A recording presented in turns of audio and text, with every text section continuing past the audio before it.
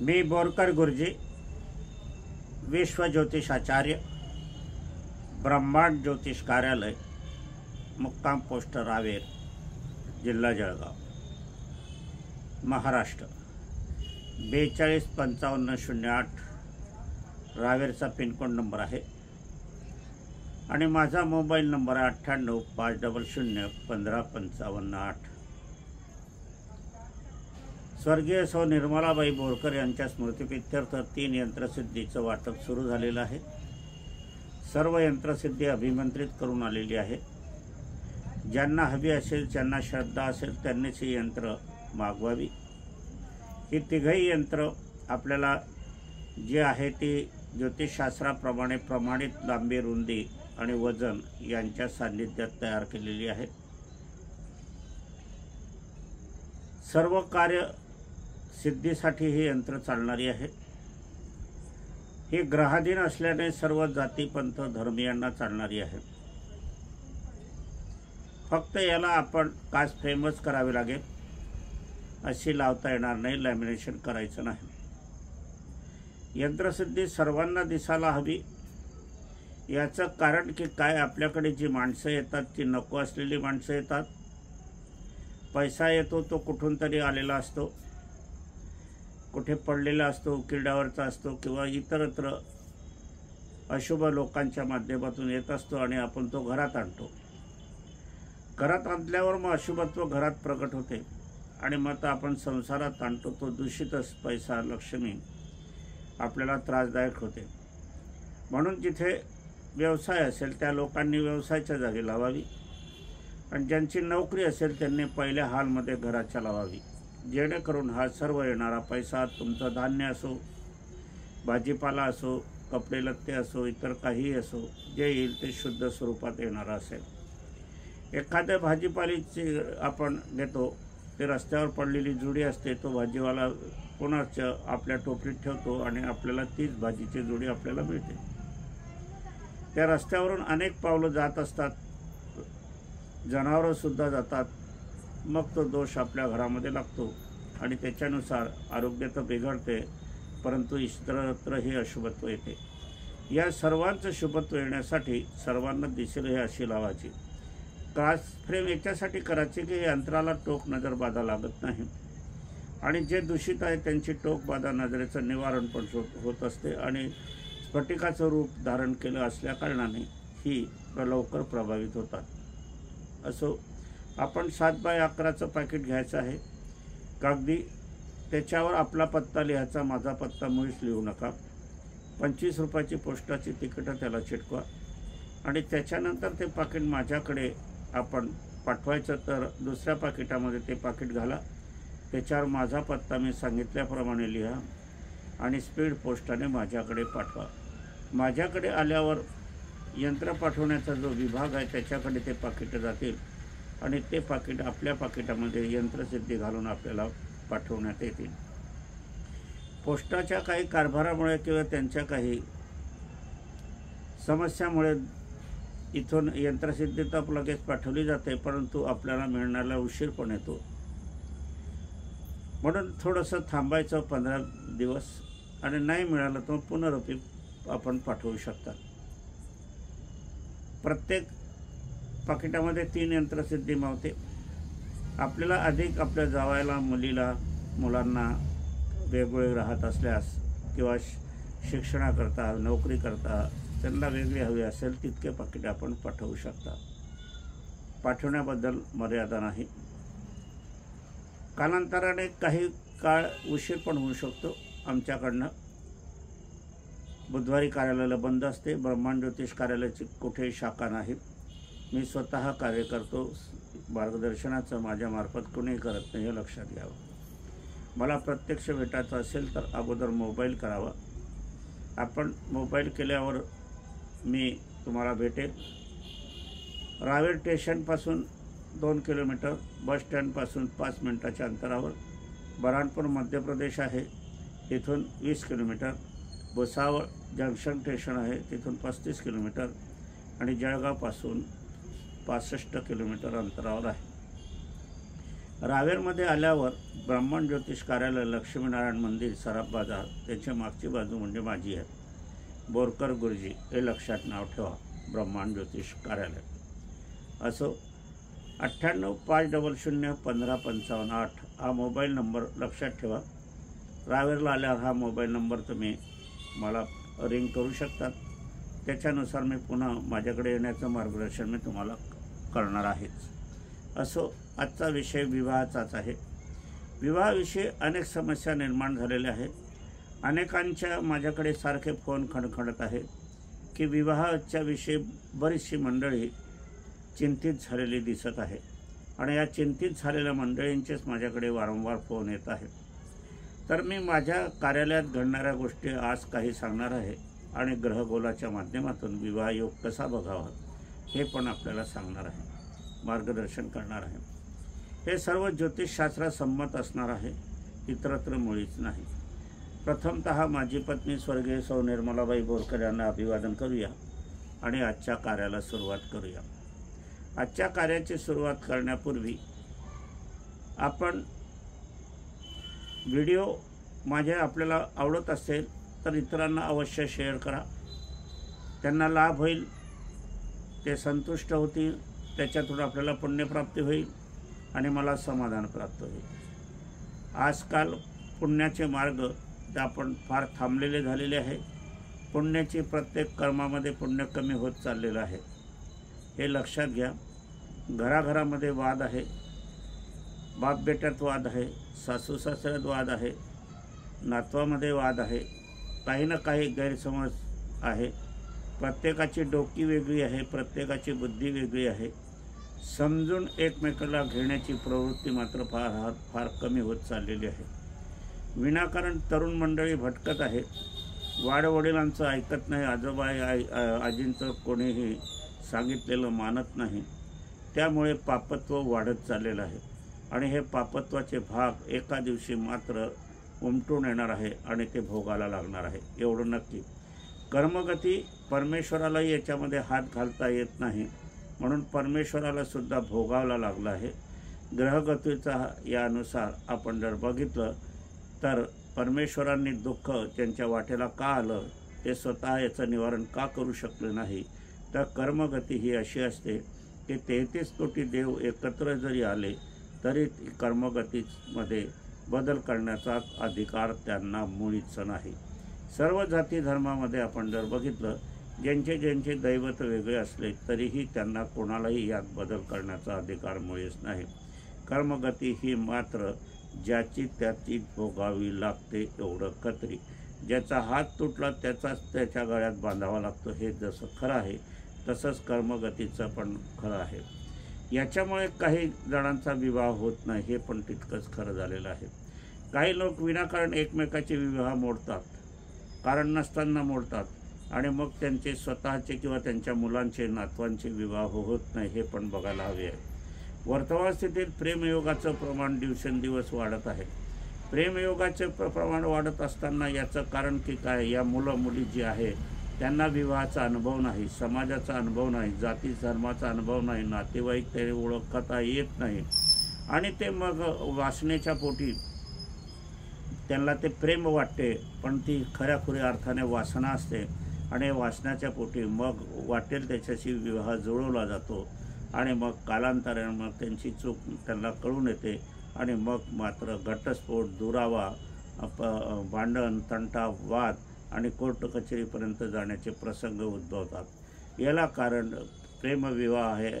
हेही तितकंच खरं आहे, परंतु ठरवून दिलेल्या विवाहातसुद्धा असे प्रकार घडायला लागलेले आहेत.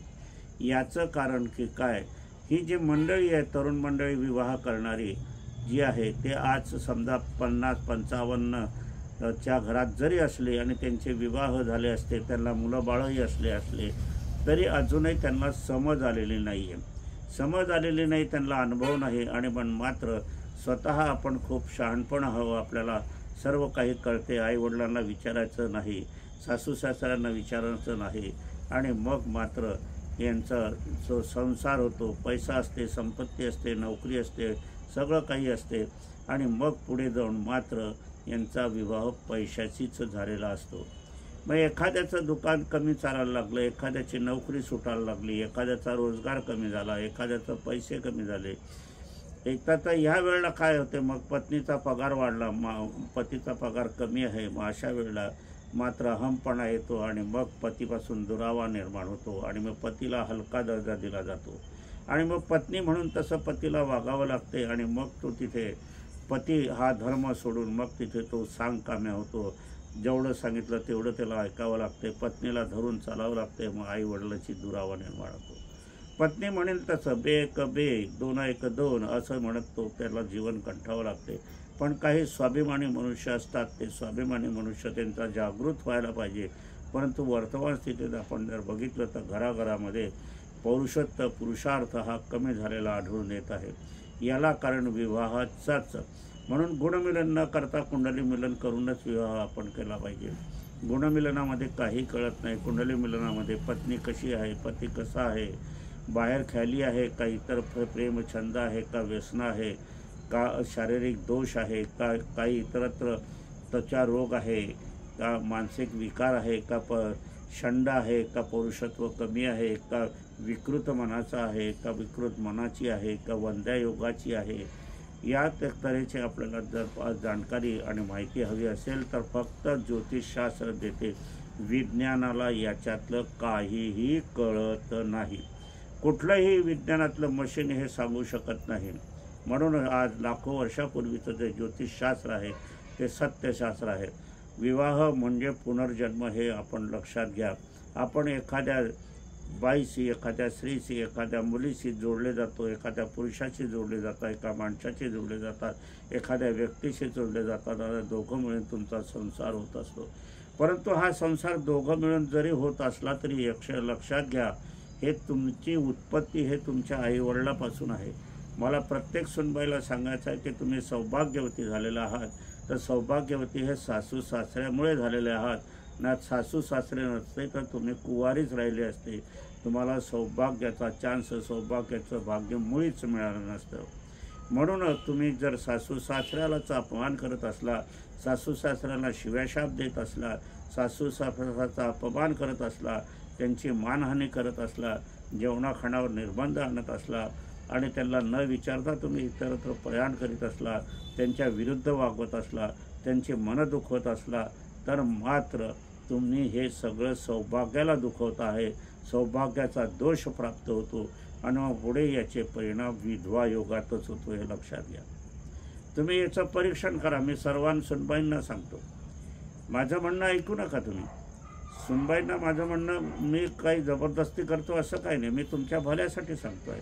आता एखादं फळ आहे तर हे गोड आहे, आंबा गोड आहे. परंतु तुम्ही झाडावर घाव घालत आहात, तर झाडावर घाव घालता त्यावेळेला त्याचं अन्न पाणी करतात, खत पाणी कमी करतात, त्याचे फांद्या गिंद्या छाडतात, त्याचे पानं गिरं ओरबडतात, म्हणजे संपत्ती ओरबडतात, त्यांचे पैसे लत्ते घेतात, त्यांच्या घरावर आघात करतात आणि ते मग असा झालेल्यावर मग ते फळ टिकणार आहेत का? ते फळ सुकून जाईल, कोरडं होईल, सडेल, नासेल, गिसेल. म्हणजे ते फळ म्हणजे तुमचं सौभाग्य आहे. हे लक्षात घ्या. मग तो पती आहे, फळ म्हणजे तुमचं पती आहे, फळ म्हणजे पत्नी आहे.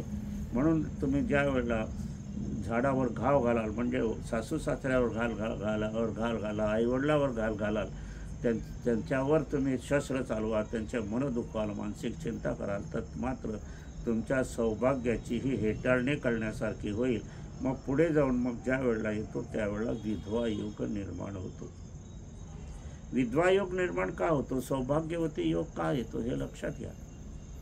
ज्या स्त्रिया अगदी पतीचा मान ठेवतात, शब्द खाली पडू देत नाही, सासू सासऱ्यांची सेवा करतात, मनापासून सेवा करतात, त्यांना आईवडिलाप्रमाणे वागवतात आणि मग तिथे ते म्हणतील त्यांना नतमस्तक होतात आणि त्यांच्या शब्दाच्या बाहेर जात नाही, अशा स्त्रियांना सौभाग्यवती प्राप्त होतो. सौभाग्यशाली त्या होतात, त्या भाग्यशाली होतात. अमृतमय संसार त्यांचा होतो, प्रेममय संसार होतो. आज तुम्हाला तुमचा प्रेममय संसार होत असता, चिमणा चिमणीच्या चोचीमध्ये चोच तुम्ही घालत असला, प्रेमाचे गाणे गुणगुणत असला, तरी मात्र त्या कालांतरात पुढे काय होणार आहे, कर्मदोषाचे परिणाम काय होणार आहे हे तुम्हाला माहीत नाही.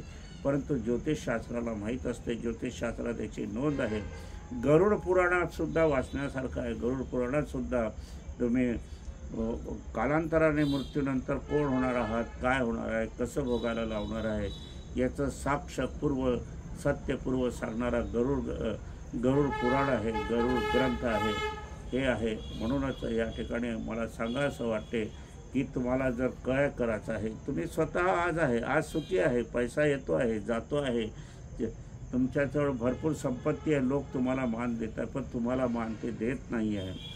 तुमच्या पैशाला मान देत आहे, तुमच्या प्रतिष्ठेला मान देत नाही आहे, तुमच्या खुर्चीला मान देत आहे, हे लक्षात घ्या. आजकाल मात्र काय सांगण्याची कमजोरी झाली आहे. जर एखाद्या आईवडिलाला मुलं त्रास देत असेल तर दुसरा समाज किंवा नातेवाईक असं सांगत नाही, का रे आईवडिलाला काय त्रास देत आहे, का गं तू पोरगी, तू सुनबाई आहे, सुनबाईसारखी वाग, सासू सासऱ्यांना का त्रास देते आहे, त्यांना का बोलते आहे, त्यांची काळजी का घेत नाही आहे, ते कधीचे आजारी आहे त्यांना दवाखान्यात का नेत नाही आहे, तुम्ही जिल्ह्याच्या दवाखान्यात जातात आणि सासू सासऱ्याला गावातल्या दवाखान्यात नेता, असं सांगणारं कोणी राहिलेलं नाही. कारण जो तो मतलबी झालेला आहे.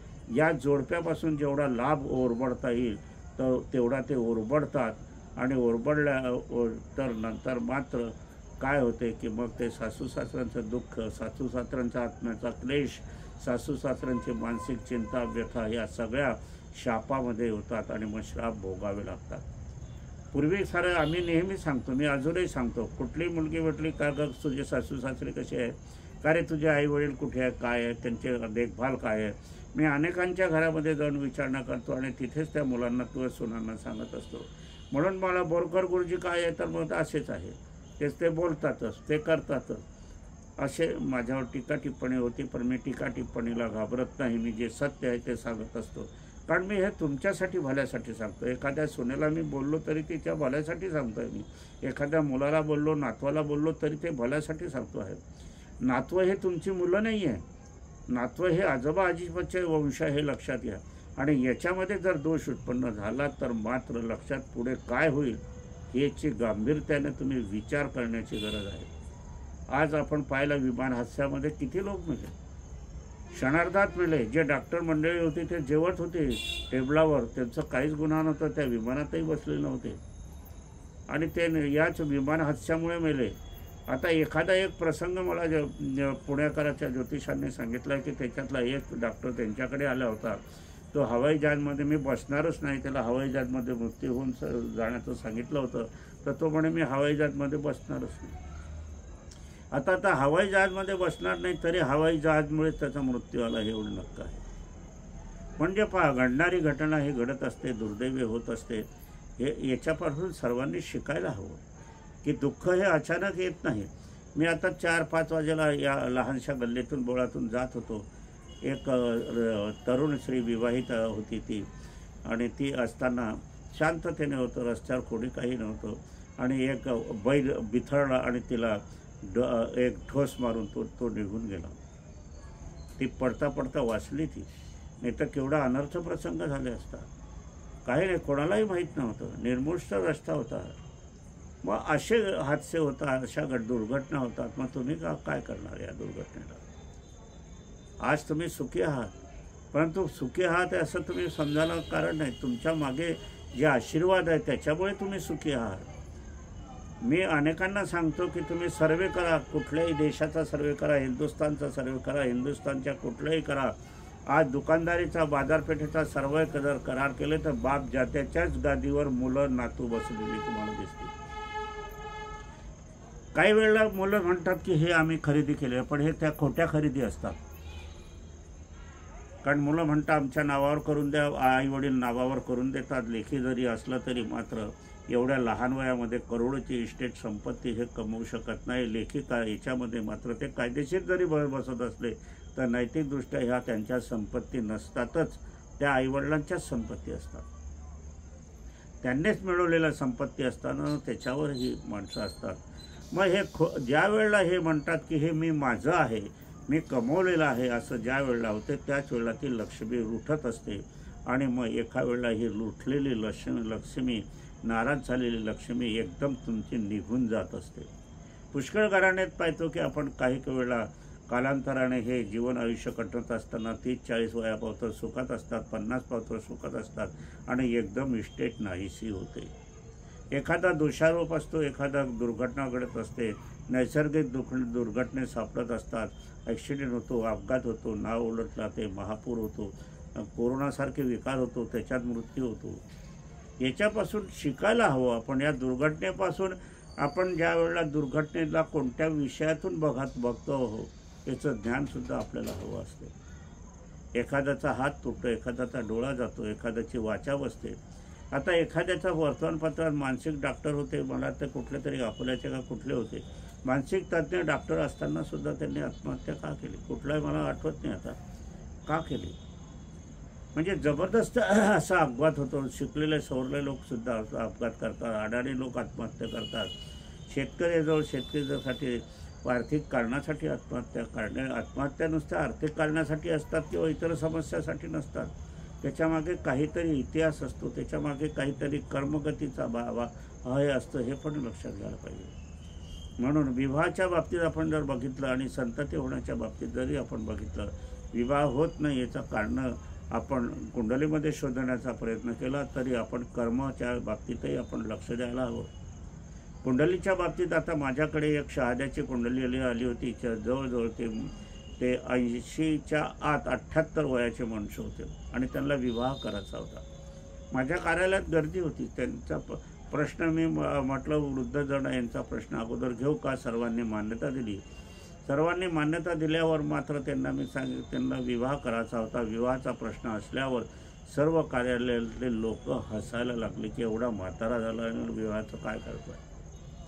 परंतु ते जे व्यक्ती होती, वृद्ध व्यक्ती होती, ती अनेक ज्योतिषाजवळ गेली होती. परंतु त्या ज्योतिषांनी हाच मनामध्ये वासनेचा विचार मनामध्ये ठेवला आणि म्हणून त्यांना चुकीचं उत्तर त्यांना मिळालं.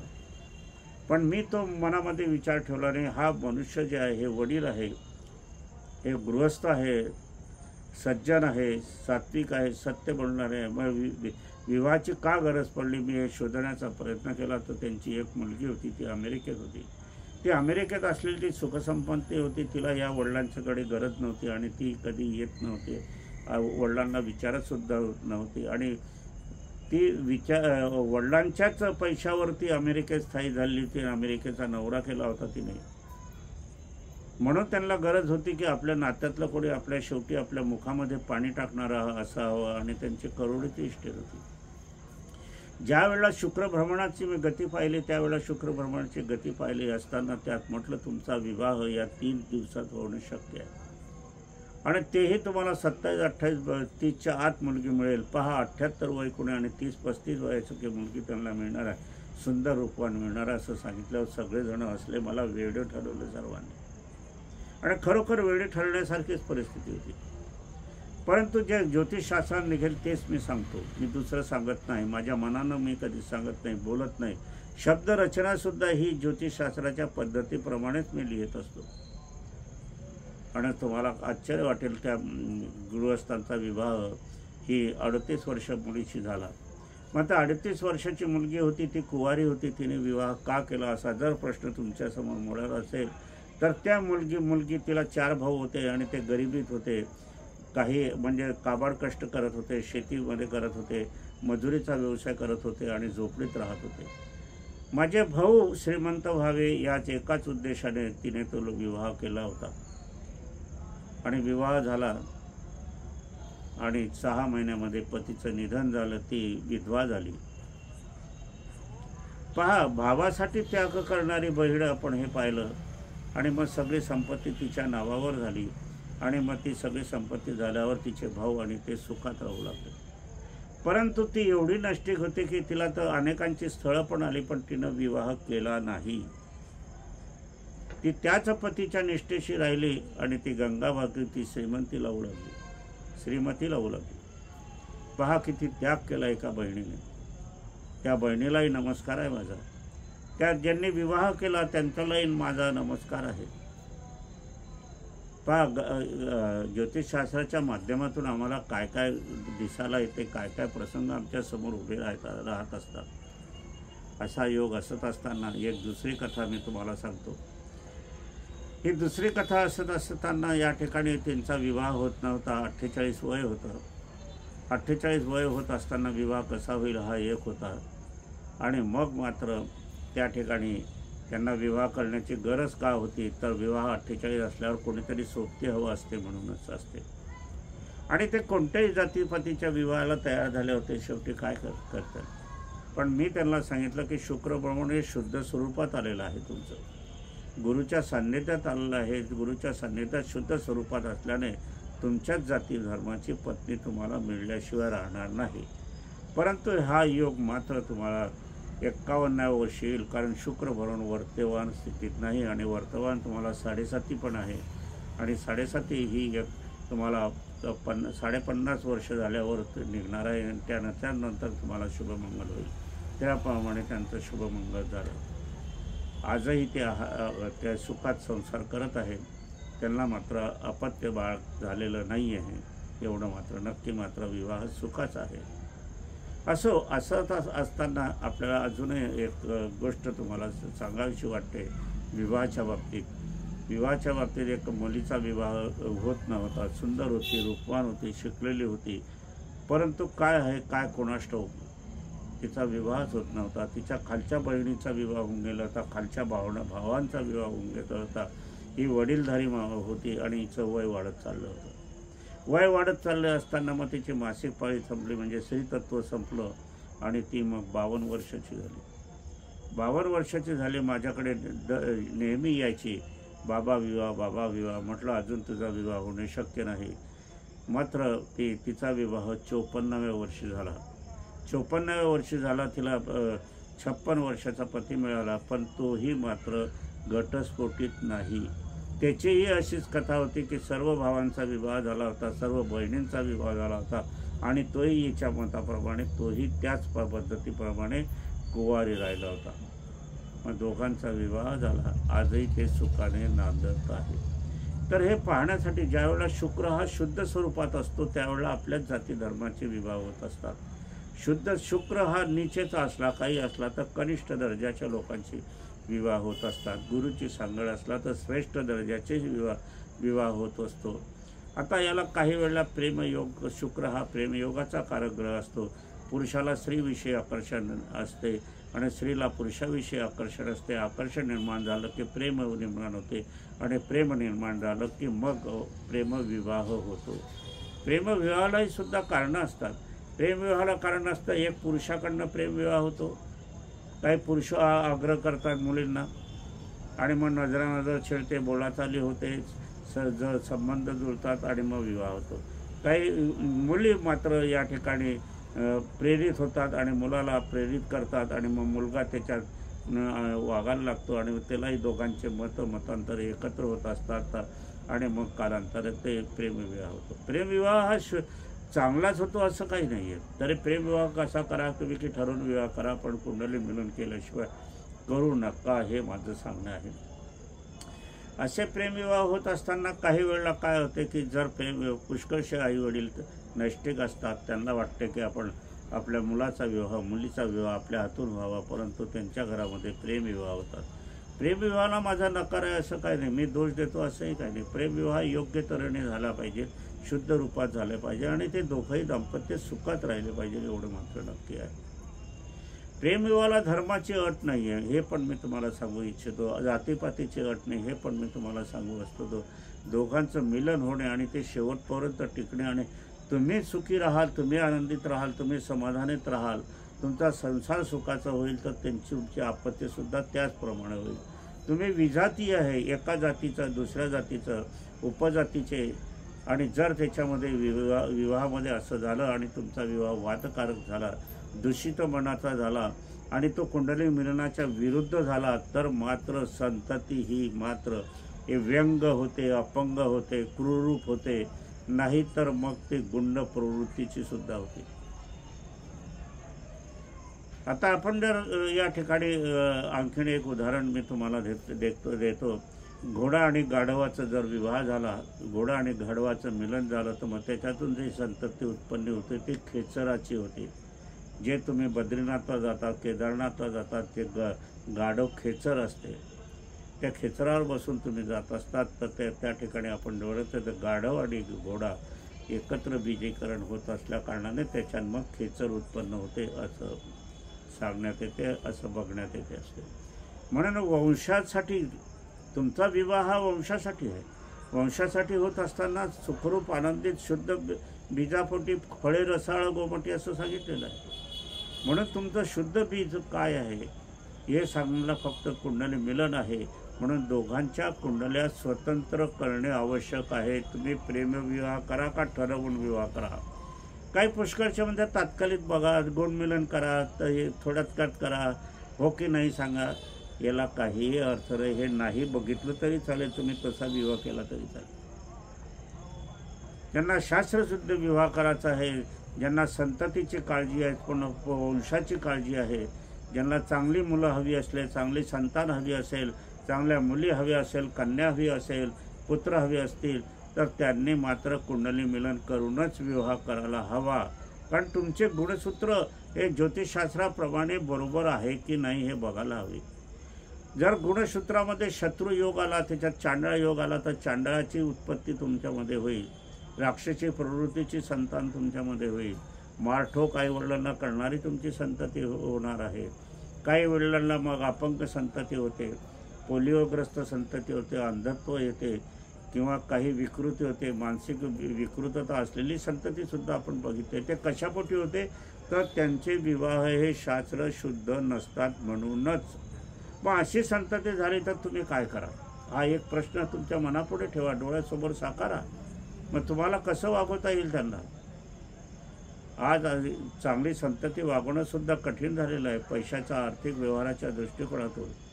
म्हणून असं असताना पुढचा आपण एक विषय मी घेणार आहोत, तो DNA चाचणीचा. DNA चाचणी ही जी आपल्याला वाटत असते ही खोटी आहे असं माझं म्हणणं आहे. त्याविषयी मी ते विज्ञानाने आव्हान दिलं तरी चालेल, मला त्याचं काही वाटत नाही. कारण DNA चाचणी ही कशाची आहे हे मी तुम्ही सांगण्याचा प्रयत्नाचा माझा अभ्यास चालू आहे. मग आपली संतती आपली आहे का नाही, तुम्ही म्हणाल हा का प्रश्न झाला. अहो, माझ्या पत्नीला, माझ्या आईला, माझ्या भावाला, माझ्या बहिणीला डिलेवरी मी झालेली आहे, घरात डिलेवरी झालेली आहे, आमच्या इथे झालेली आहे, त्यांचीच संतान आहे. तुमचा हा प्रश्न बरोबर जरी वाटत असला तरी तो शास्त्रसंमत आहे की नाही मी तो विषय माझ्या व्हिडिओमध्ये एखाद्या वेळेस सांगण्याचा मी प्रयत्न करणार आहे. माझा अभ्यास चालू आहे त्या बाबतीत. कारण मी अभ्यासाशिवाय बोलत नाही, अभ्यासाशिवाय मी सांगत नाही. माझा विश्वास त्याच्या गोष्टीवर बसला पाहिजे. विवाहाच्या दृष्टिकोनातून मग तुमचं वय 40 झालं, 38 झालं, 28 आहे, 29 आहे, 32 आहे, मुलीचं पण तसंच आहे. मग विवाहाच्या दृष्टिकोनातून आपल्याला शुक्रभ्रमण हे विवाहस्थानाकडे जसं सरकते, तर शुक्रभ्रमणाबरोबर शनी भ्रमण सुरू झालं, राहुकेतूचं भ्रमण सुरू झालं, शनी रवीचा कुयोगाचं भ्रमण सुरू झालं, मंगळ बुधाचं कुयोगाचं भ्रमण शुक्रासोबत सुरू झालं, तर मात्र तुम्हाला स्थळ येतात. परंतु स्थळ येत असताना मात्र ते होकार नकार देत नाही, तुम्हाला आवडणारी असतात ती. आणि जी आवडणारी नसतात ते मात्र तुमच्या पाठीमागे लागतात. का हो, काय झालं, पसंती केली की नाही, केव्हा कळवणार आहे आम्हाला, केव्हा सांगा, नाही तर आमच्याकडे दुसरं स्थळ आहे आम्ही तिकडे जाऊ का. म्हणजे असे नानाविधी होत असतात. तुमच्याजवळ पॅकेज आहे, मोठं फ्लॅट आहे, 4 चाकी गाडी आहे, भक्कम पक्का पगार आहे, सुंदर आहे, रूपवान आहे, मग तुमचा विवाह का होत नाही. तुमचा ज्योतिषशास्त्रावर विश्वास नाही, तुमचा प्रयत्नावर विश्वास आहे. मग तुमचा 38 वय झाल्यावर तुमचा विवाह तुम्ही का करू शकत नाही. प्रयत्नवादी आहात ना तुम्ही, प्रयत्नावर तुमचा विश्वास आहे. मग तुम्ही प्रयत्न केल्यावरही तुमचा विश्वास का नाही व प्रयत्न का नाही होत, विवाह का होत नाही. विनाकारणाचं ज्योतिषशास्त्र अंधश्रद्धा आहे म्हणून धोपटण्यात असते, हे चुकीचं आहे. प्रयत्नाने मग तुम्हाला तुमचं कार्य सिद्ध करता आलं पाहिजे. ज्या वेळेला तुमचं कार्य तुम्हाला सिद्ध करता येत नाही त्याच वेळेला ज्योतिषशास्त्र सत्य आहे हे मी सांगेन. ज्योतिषशास्त्र अनुकूल असलं, ग्रह अनुकूल असले तरच गोष्टी घडत असतात, हे लक्षात घ्या. माझा पूर्णपणे 100% काय याच्याहूनही जास्त ज्योतिषशास्त्रावर विश्वास आहे. मी इथे लोक न्यायाधीश म्हणून काम केलेलं आहे, ड्रॉइंग टीचरही म्हणून होतो, ट्रेसर म्हणून येतो, इतरत्रही मी काम केलेलं आहे. मी अभ्यासक म्हणूनही होतो. मी काही ठिकाणी धार्मिक विधी कार्यक्रमही करत होतो. परंतु आता वयाच्या अनुषंगाने आता 76 संपेल, ऑगस्टमध्ये 77 वर चालू होईल. पत्नीचं निधन झालेलं आहे. 21 वर्ष झालेले आहे, 24 तारखेला 22 वर्ष पूर्ण होणार आहे. एकाकी असल्याकारणाने, परंतु माझ्या पत्नीचं अभिवचन असल्याकारणाने मी तुमच्याशी संवाद साधत आहे. आता 6 जिने चढून मी टेरेसवर आलेलो आहे. आता 10 वाजेचा रात्रीचा समय, माझी झोपण्याची वेळ आहे, परंतु नाही, आपलं कर्तव्य आहे, पत्नीला दिलेलं वचन आहे, म्हणूनच मी हे कर्तव्य करतो. मला कर्तव्याला आणि नैष्टिकतेला, सत्यतेला मी अनुसरून आहे. मला 2 मुलं आहे, मी 2 मुलांची कार्य भरपूर करून दिलेली आहे. एवढी मोठी त्यांनी केलेली आहे की तुम्हाला काय सांगू. आता ते त्यांचं कर्तव्य काय करतील ते त्यांच्याबरोबर त्याला, त्याप्रमाणे त्यांच्या कर्मगती जसे होईल त्याचे. त्यांच्या कर्मगतीमध्ये देवांनाही अधिकार नाही हात घालायचा, आणि मी पण हात घालणार नाही. मी पण असं म्हणतो की तुम्ही तुमचे माझे संबंध जसे आहेत तसेच तुमचे मुलाशी राहतील, तुमच्या नातवाची राहतील, परिवाराची राहतील, सगळ्याची राहतील. शेवटी कर्मगतीचा हिशोब हा प्रत्येकाचा माझासुद्धा होणार आहे. असो, माझ्या घराण्यामध्ये 8 पिढ्यामध्ये विधवा योग झाला. माझी पत्नी सौभाग्यवती गेली, सौभाग्यकांक्षिणी गेली. सौभाग्यवती गेली का गेली तर तिचं आचरण तसं होतं, तिचं कर्तव्य तसं होतं. म्हणून तिच्या गेल्यानंतर 2 महिन्याने माझ्या भावाचं निधन झालं आणि मग पुन्हा माझी वहिनी विधवा झाली. मग काय झाली हे, तर याच्यामध्ये आपण कर्मगतीचा हिशोब पाहिला तर तोच ठरतो, बाकी कुठेही नाही. काहींना सौभाग्यवती मरण येते, काहींना विधवाचा प्रसंग येतो. तर हे सर्व कर्मगतीवर अवलंबून असते. तुम्ही कितीही ठरवण्याचा प्रयत्न केला तर काही गोष्टी आपल्या हातात आहे असं नाही, 100 सगळ्याच गोष्टी आपल्या हातात नाही असं मी मानणारा आहे. प्रयत्नाने काही होत नाही. एका वर्गामध्ये 50-60 मुलं असतात, शिक्षक शिकवत असतात, काही मुलांच्या कानाशी जाऊन डोकाशी डोकं लावून नाही शिकवत. त्याच्यातले मुठभर लोक फर्स्ट क्लासमध्ये येतात आणि 2 फर्स्ट लोक आपण घेतले तर सेकंड क्लासमध्ये होते, काही नापास होता. असं का होता तर त्यांच्या कर्मानुसार त्यांना फलप्राप्ती होत असते, हे लक्षात घ्या. म्हणूनच कर्मगती तुम्ही चांगली करा हेच आहे.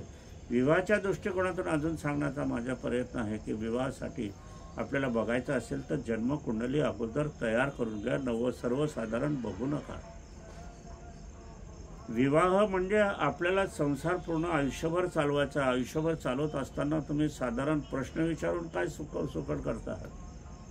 कुंडलीप्रमाणे सविस्तर आपण बघून घ्या. कुंडली काढली म्हणजे काय होते की आपल्याला योग्य ते उपासनेचा मार्ग आपल्याला मिळतो. म्हणून नाहीतर आपल्याला जे काही आहे तात्कालिक प्रश्नानुसार मग आजचे ग्रहयोग काय, उद्याचे ग्रहयोग काय, वर्षाचे ग्रहयोग काय, एवढं आम्ही पाहतो आणि मग तुम्हाला मार्गदर्शन आम्ही तात्कालिक जे आहे ते करत असतो. पण कुंडलीवरून मात्र सत्यतेच्या मध्ये येते. असंच असताना आपल्याला विवाहाच्या दृष्टिकोनातून अजूनही पाहिलं की विवाह हा प्रश्न पाहत असताना संतती योगाचा प्रश्न पाहायला पाहिजे, प्रेमयोगाचा प्रश्न पाहायला पाहिजे, विवाहाच्या नंतरची स्थिती पाहायला पाहिजे, लाभ आहे, भाग्य आहे हे पाहायला पाहिजे, धनयोग, कर्तव्ययोग पाहायला पाहिजे आणि पुढची संतती कशी होणार आहे हे पण पाहायला पाहिजे. आणि दोष जर असला तर आईच्या घराण्यातून आला आहे का वडिलाच्या घराण्यातून आलेला आहे, आजोबाच्या घराण्यातून आला आहे का आजीच्या घराण्यातून आला आहे ह्याची पण उकल करायला पाहिजे. सासू सासऱ्याचे संबंध कसे असतील हे पण बघायला पाहिजे. येणारा सणाचा स्वभाव कसा आहे, रंग कसा आहे, वर्ण कसा आहे, किती दूरवरचं स्थळ आहे, दोघांच्या मंदिर वयाच्या मध्ये अंतर किती आहे, विवाह कधी होणार आहे, मंगळदोषाची पत्रिका आहे का, इतरात्र सांगतात तसा कालसर्पदोष आपल्याला आहे का नाही, काय आहे का, कुयोग आहे का, चांडाळ योग आहे का, ग्रहणयोग आहे का, वंद्या योग आहे का, कुयोग आहे, कांकणी योग आहे का, काकयोग आहे. काकयोग म्हणजे कावळ्याचा योग. असे योग बघायला आपल्याला लागते. त्याच्यासाठी जाणकार ज्योतिषाचीच आवश्यकता असते, एवढं पण खरी आहे. त्याच्यासाठी मात्र पुनश्च मी सांगू इच्छितो की जन्मकुंडली भी भावादिभाव योगाची, ज्याच्यावर जन्माक्षर किंवा जन्मांक किंवा कॅम्प्युटरच्या कुंडल्या या सर्व असत्य असतात, याला काही अर्थ नसतो, हे लक्षात घ्या. आपल्याला जो विषय असेल त्या विषयाची पत्रिका आपल्याला हवी असते. म्हणून आज इथेवरच थांबूया. पुनश्च माझी पत्नी स्वर्गीय सौ निर्मलाबाई बोरकर यांना अभिवादन करूया आणि आजच्या कार्याला समापन करूया.